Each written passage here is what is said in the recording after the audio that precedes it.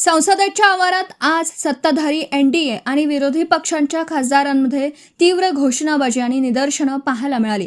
संसदेच्या मकरद्वाराबाहेर दोनही बाजूंचे खासदार आमने-सामने आल्याने वातावरण प्रचंड तापलं होतं। दिल्ली व झारखंडमधील घटनांसह विविध मुद्द्यांवरून दोनही पक्षांनी एकमेकांवर जोरदार हल्लाबोल केला। ऑगस्टच्या या अधिवेशनादरम्यान संसद परिसर राजकीय संघर्षाचा आखाडा बनला आहे। मकरद्वाराबाहेर काँग्रेससह विरोधी पक्षांच्या खासदारांनी हातात फलक घेऊन जोरदार निदर्शनं केली।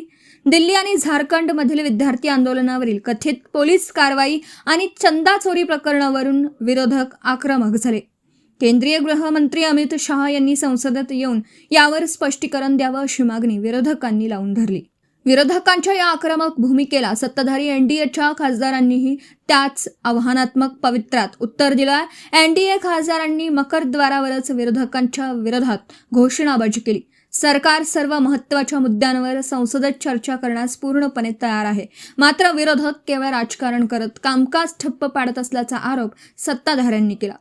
सत्ताधारी आणि विरोधक यांच्यातील या अभूतपूर्व संघर्षामुळे संसदेच्या दोनही सदनांमधील कामकाजावर गंभीर परिणाम झाला। लोकसभा आणि राज्यसभा या दोनही सभागृहात गदारोळ झाल्याने पीठासीन अधिकाऱ्यांना कामकाज वारंवार तहकूब करावं लागलं।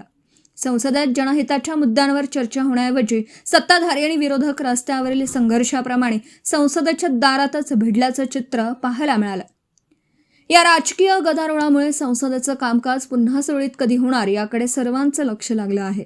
देश विदेशातील ताज्या घडामोडींसाठी पाहत रहा आमचं चॅनल।